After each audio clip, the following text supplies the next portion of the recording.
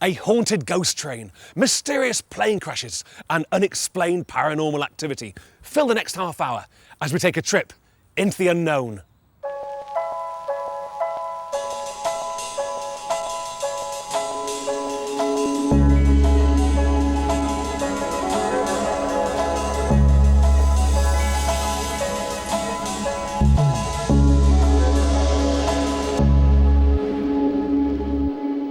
Welcome once again as we delve into more mystery and horror, and this week finds us in a building with links dating back to the Norman conquest of 1066, Bramall Hall.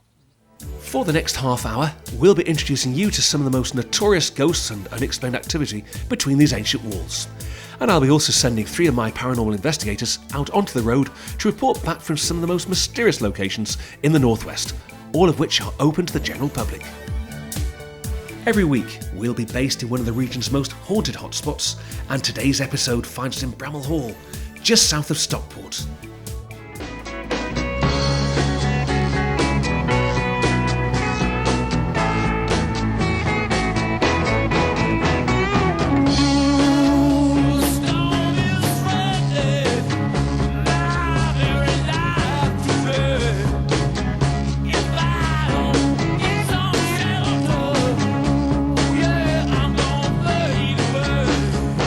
The oldest parts of the present building date back to the 15th century, but there has been a hall on this site for roughly 1,000 years.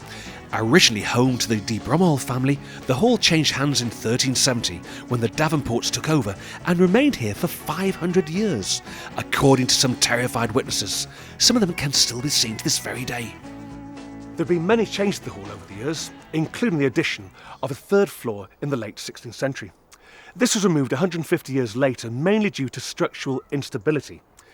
The majority of these changes were made by Sir William Davenport V and his wife, Dame Dorothy Davenport, and it's really this charismatic couple that are responsible for the majority of the ghostly goings-on in the hall.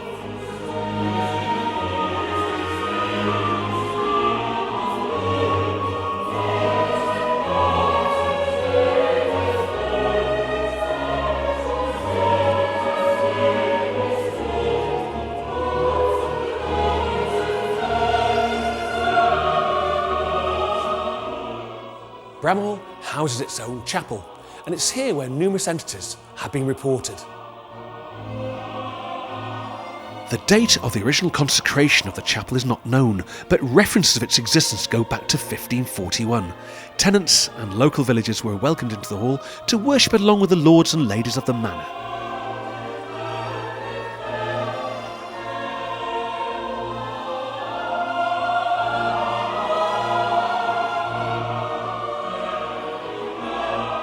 One of the most interesting features of the chapel is the remains of this ancient frieze on the back wall. On the central timber, traces of a pre-Reformation Passion painting can be seen, which would probably have covered most of the west wall. Following the origination of Henry VIII's new Protestant faith, such paintings were deemed unlawful, and this one was whitewashed over. During the reign of Elizabeth I, the 10 Commandments were painted on top of the whitewash. But in the early part of the 20th century, efforts were made to remove them in an effort to restore the original Passion painting. We was doing an investigation into Bramall Hall.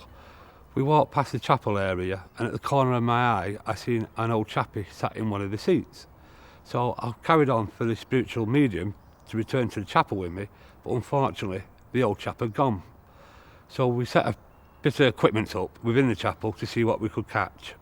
It's not just the sightings of monks and phantom worshippers that have disturbed the tranquility of the chapel. One of the Victorian owners remembered hearing the most enchanting music emanating from the chapel. As he entered the chapel, he thought it was his lady wife, but was amazed to find the chapel empty.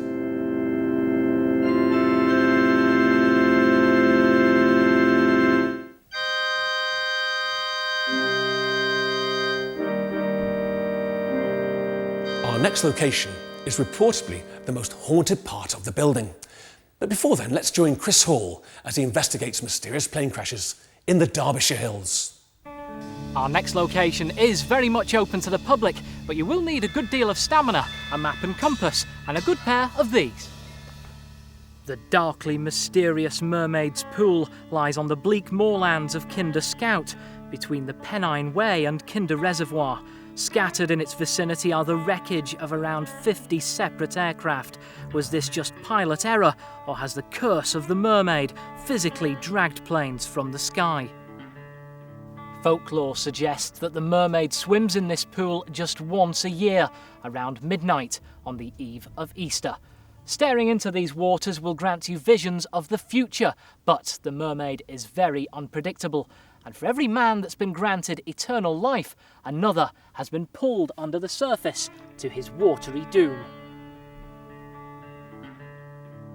So, just what is the link, if indeed there is any, between the Mermaid and around 50 plane crashes in this area? Over 300 people have lost their lives on this bleak section of moorland, either as pilots or as passengers of those ill-fated journeys. And there are constant sightings of ghostly aircraft around Kinder Scout and the pool, including one well-documented case just a few years ago. On the 24th of March 1997, that's the Monday before Easter, several independent people were alarmed to witness a propeller-driven plane flying dangerously low over the moors between here and Sheffield. After numerous 999 calls from the public, a rescue operation was launched between 100 volunteers and the police. Yet in that instance, no trace of any plane or indeed any crash was found. Many other reports from dates spanning across 50 years tell of dozens of separate sightings of silent, ghostly planes crashing into the moors, apparently recreating their fatal last journeys. It is a fact that all these different aircraft met their demise on this mysterious stretch of moorland, but people have their own theories as to why. This is the end, my only friend, the end. The authorities will be quick to point out that the weather around here is very unpredictable. Low cloud can appear within seconds, causing inexperienced pilots to lose their bearings and accidentally hit this perilously uneven hillside. Also, American pilots have been known to show off while giving their mates a lift, or go out of their way to see their homes from the skies and never return. Or maybe, just maybe, the curse of the Mermaid has come true, and once in a while gazing from the pool to the dark, heavy clouds above, she would pick herself a new, unwitting victim. Mermaid's Pool is near Glossop in the High Peak. You'll need map reading skills, experience and all-weather clothing, as the pool and crash sites are over 3 miles from the nearest road.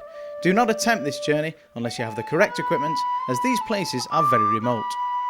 The Plaster Room, so named because of its original plaster floor, and the adjacent Paradise Room hold the key to some of the most compelling hauntings here at Bramall.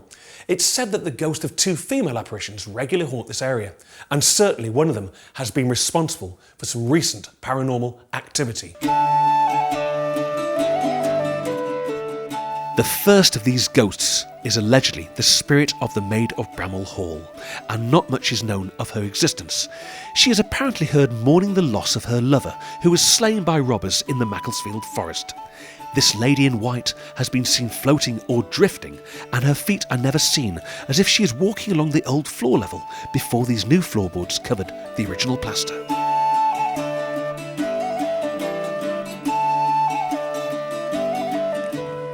The second ghost is said to be that of Dame Dorothy Davenport, but she doesn't just limit herself to haunting this part of the hall.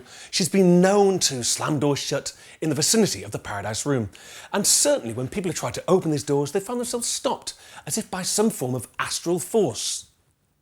One Sunday morning, I arrived at the hall ready for duty at about 11:15.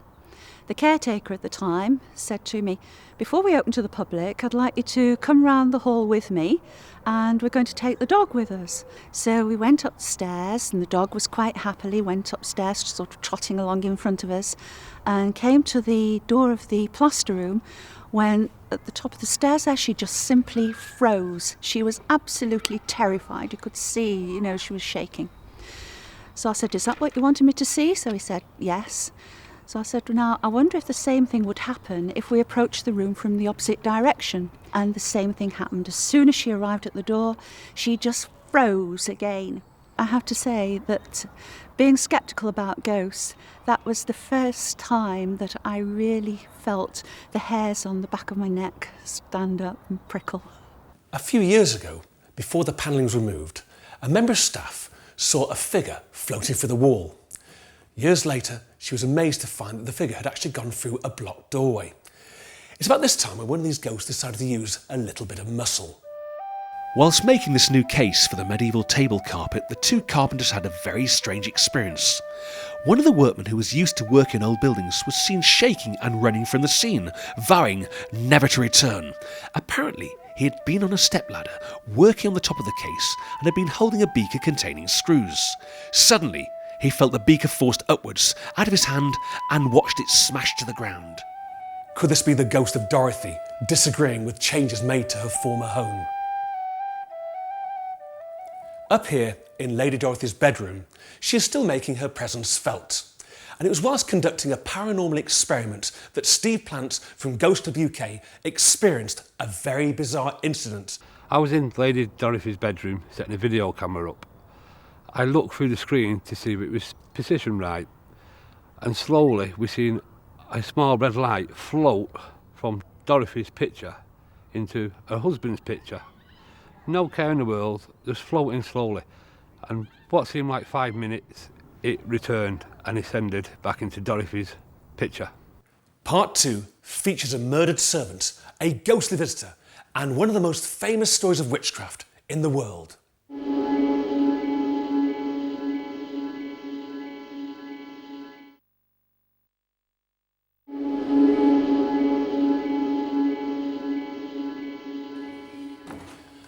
One of the finest rooms I've ever entered has to be this ballroom. The walls are painted with fine medieval paintings, which makes them of national importance due to their rarity and quality. It's not surprising that numerous paranormal investigations in this room have picked up evidence of ghostly activity, because it would have been on these floorboards that the majority of eating, drinking and dancing would have occurred, and it is believed that all this fun and frivolity has permanently etched its mark into the fabric of the room. In the 15th century, television and the internet were very scarce indeed, so most entertainment would take the form of dancing or a band for the pleasure of all concerned. I am the doctor, and I'll cure your ills with lotions and potions and bad-tasting pills. If you're bored, I'll give you long hair. I'll give you a pill if you've had a bad scare. I've potions to sharpen the bluntest of knives, and permanent cures for nagging old wives. And magic some money if you be poor, and mend broken hearts, and the hole in that door. Let's now join Andrew McHugh at the foot of Pendle Hill, and afterwards I shall tell you all about the ghost of a murdered servant. The tiny village of Newchurch in Pendle and the miles of sweeping moorlands surrounding it form the backdrop to one of the most celebrated cases of witchcraft ever recorded.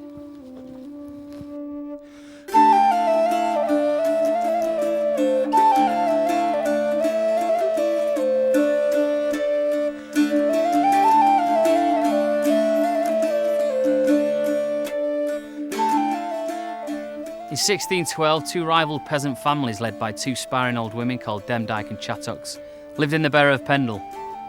Many people lived in fear of them, believing them to have special powers. On the 13th of March of that year, relations between the two warring factions became so strained that they had started attracting unwanted attention from officials.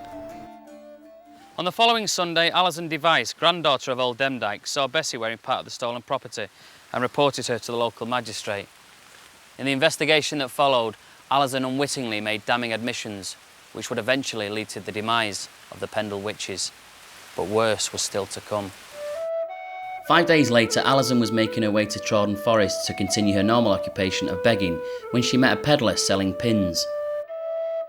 The peddler, John Law, refused to sell to Alison, worrying that he may get his pack stolen, but he was to pay dearly for this mistake.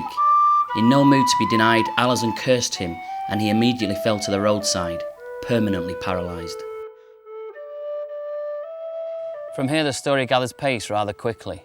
Concerned with all the rumours and bizarre occurrences in such a small space of time, local officials haul the entire Chattox and Demdike family to court, and a trial is planned for August 17th at Lancaster Castle. 3 days later, 9 convicted witches are hanged in the public gallery for their sins.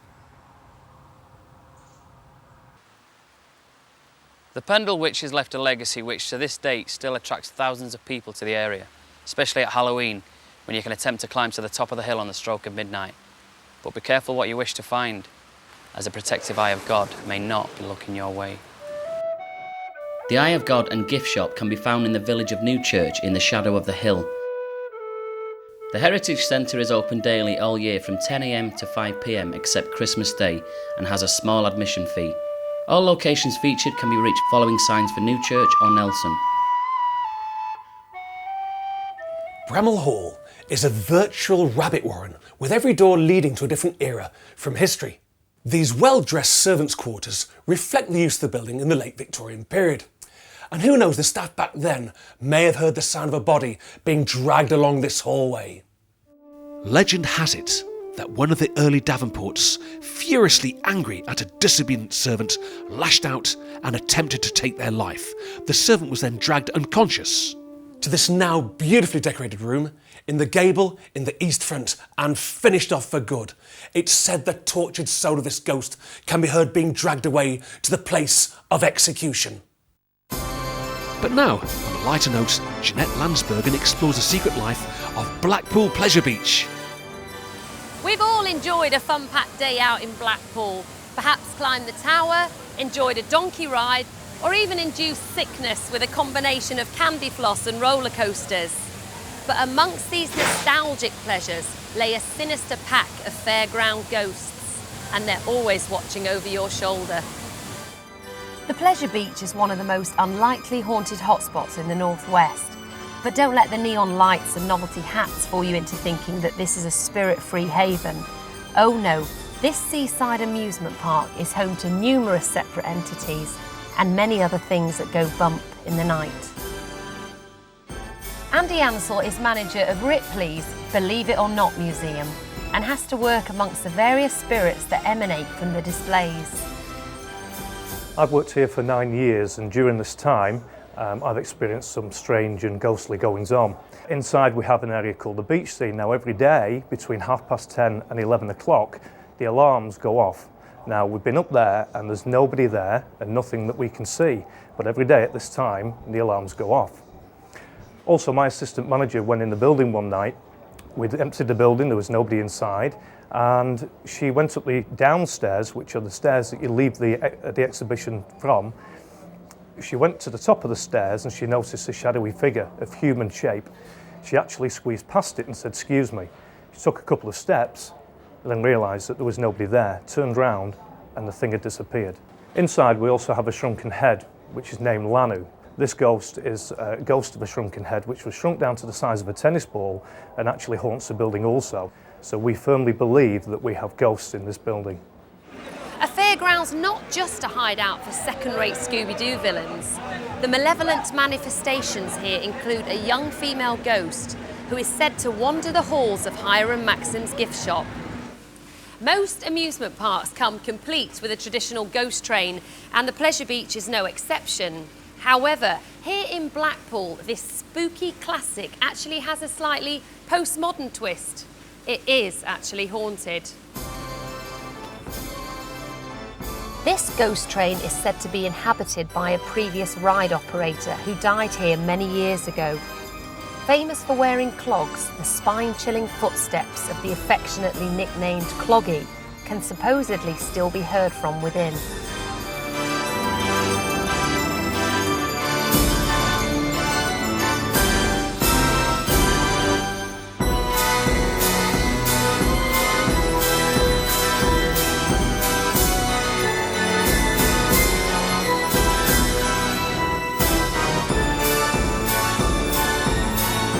I think all this talk about ghosts has left me feeling a little bit queasy, or maybe it was that bag of candy floss I had earlier.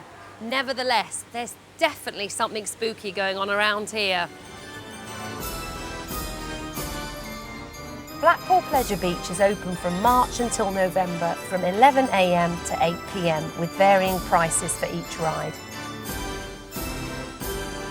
Our final tale for the night features an unwelcome visitor in the middle of winter.